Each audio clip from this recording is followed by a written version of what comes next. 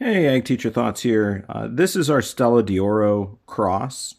So I crossed the Stella d'Oro daylilies with some darker burgundy and red daylilies. And like I'd mentioned before, the Stella d'Oro is a long-term bloomer. So it will bloom clear throughout the whole summer. And the ones that I crossed it with were periodic bloomers. So they're only going to bloom once for the summer. So whatever bloom spike they develop at the first of the year, that's it. That's it for the entire year. So I intentionally crossed a darker color with the yellow Stella d'Oro and a periodic bloomer versus a long season bloomer with the intent of trying to get a darker color long season bloomer. So we'll see how that goes. Now, here with the daylilies, we'll take a look at the ovary. So this is an ovary for a daylily. Let me get my probe here. And as we look through, right in through here, these are the undeveloped embryos. So these are seeds that didn't form. They weren't pollinated. Here's one down here that's partially pollinated. But there is, right there, a complete fertilized seed. But this is what it looks like on the inside. So your ovary comes in 3 lobes. Each lobe has 2 halves to it, and then you've got seed that line up on all of the sides. Now, the size of the ovaries do vary greatly, and a lot of that is going to be due to the number of seeds that have fully developed within the ovary. So if you have just a few seeds that develop, you're going to have a smaller ovary. Or if seeds were aborted during the process, maybe it got really dry while it was growing and the seeds partially formed but then aborted, then you would have a smaller ovary because it at one point had the hormones present in the plant to cause it to develop, but then lost it later during the growing season. So let's see if we can do this one-handed and open one of these up.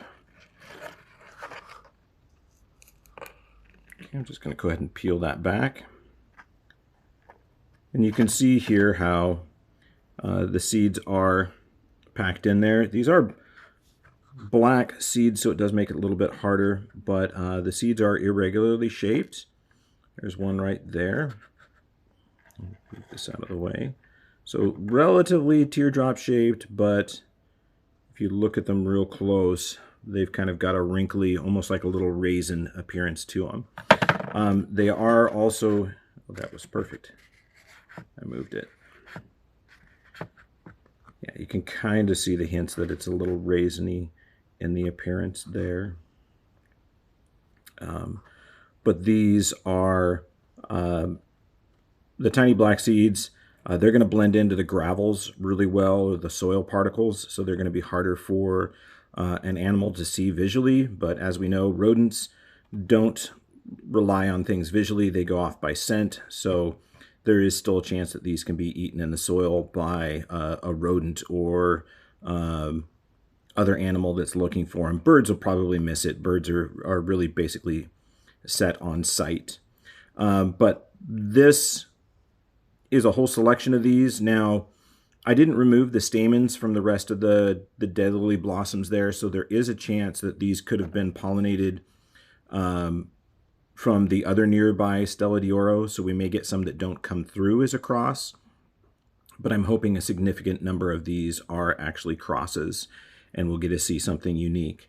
Now, it does take quite a bit of time for these to grow to a mature state where they could bloom, and that could be 2 to 3 years. If I got one to bloom next year or the year after, I would be lucky. It's most likely going to be 3 years before they're to the size where they'll actually bloom.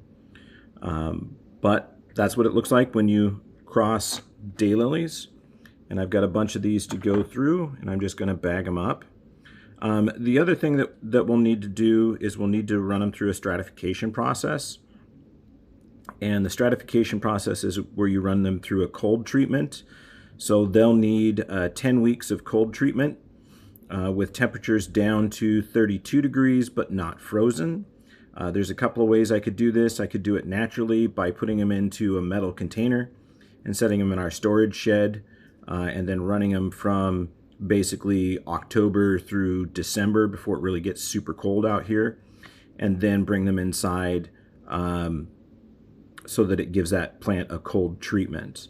And I'll talk more about stratification when we get to that process, but that's the next step. Right now, it's remove them from the seed pod, allow them to thoroughly dry, and then after they're thoroughly dried, then we'll go through the stratification process, and I'll shoot another video on that.